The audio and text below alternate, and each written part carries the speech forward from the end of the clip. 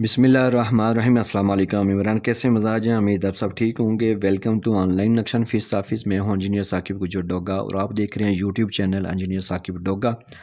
आज एक नई वीडियो के साथ हाजिर हूं। आज इस प्लाट के बारे में मैं डिस्कस करूंगा। वो है 30 फुट बाई, इसकी फ्रंट की बात की जाए तो वो 30 फुट है, और अगर इसकी लेंथ की बात की जाए तो ये 60 फुट है, और ये तकरीबन 6 मरला 61 बन जाता है। असल में ये हमारे कस्टमर एक विलेज एरिया से थे, और फ्रंट पे इनकी जो है ना खुद की जगह बाकी है। जो इनका पुराना मकान है जिसमें बैठक वगैरह और वाशरूम वगैरह और लॉन वगैरह वो बना हुआ है, लेकिन ये बैक साइड पे इतनी जगह में 30 बाई 60 में ये प्लानिंग उनको ये चाहिए थी, ये उनकी रिक्वायरमेंट थी।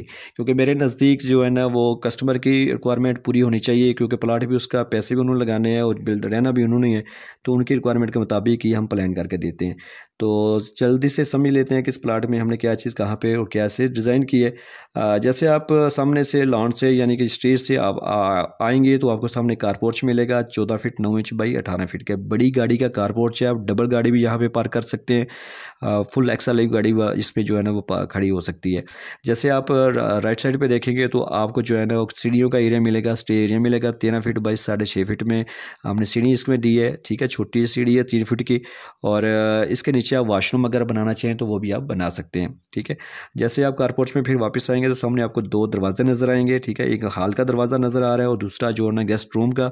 असल में ये ना जस्ट गेस्ट रूम ऐसे बैठक भी यूज़ कर सकते हैं या वैसे मेहमान के लिए, क्योंकि इनकी बैठक एक पहले से बाहर बाउंड्री वाल पे स्टेज के साथ बनी हुई है, लेकिन फिर भी इन्होंने एक गेस्ट रूम बनाया। ये आपको राइट साइड पे नज़र आ रहा है 13 फीट बाई 13.5 फीट का। ज़बरदस्त तीनों साइडें पे आप सोफ़ा एडजस्ट कर सकते हैं।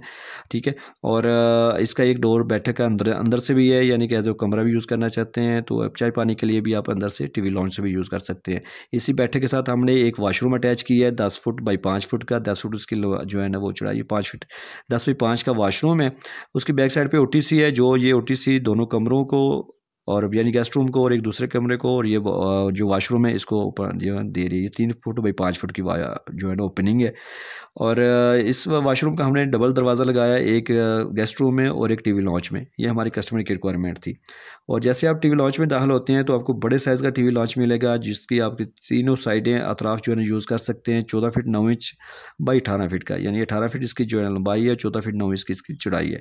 उसी के साथ ही आपको जो है ना वो थोड़ा आगे जाएंगे तो आपको 13 बाई 13.5 का दूसरा बेडरूम मिलेगा।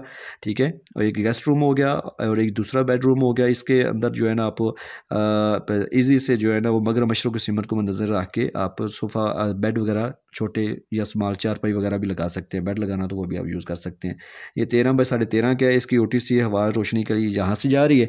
और जैसे आप जो है ना बाहर निकलेंगे तो आपको सामने एक किचन ओपन मिलेगा 8 बाई 9 का। असल में हमारे कस्टमर की रिक्वायरमेंट थी कि उनको ओपन किचन चाहिए, और यहाँ पे वो अगर ग्लास वगैरह लगाना चाहिए, ग्लास वगैरह शीशा वगैरह लगाना चाहें तो वो लगा सकें। इसकी ओटीसी जो है ना वो बैक साइड पे है, और साथ में आपको पैसेज एरिया मिल रहा है।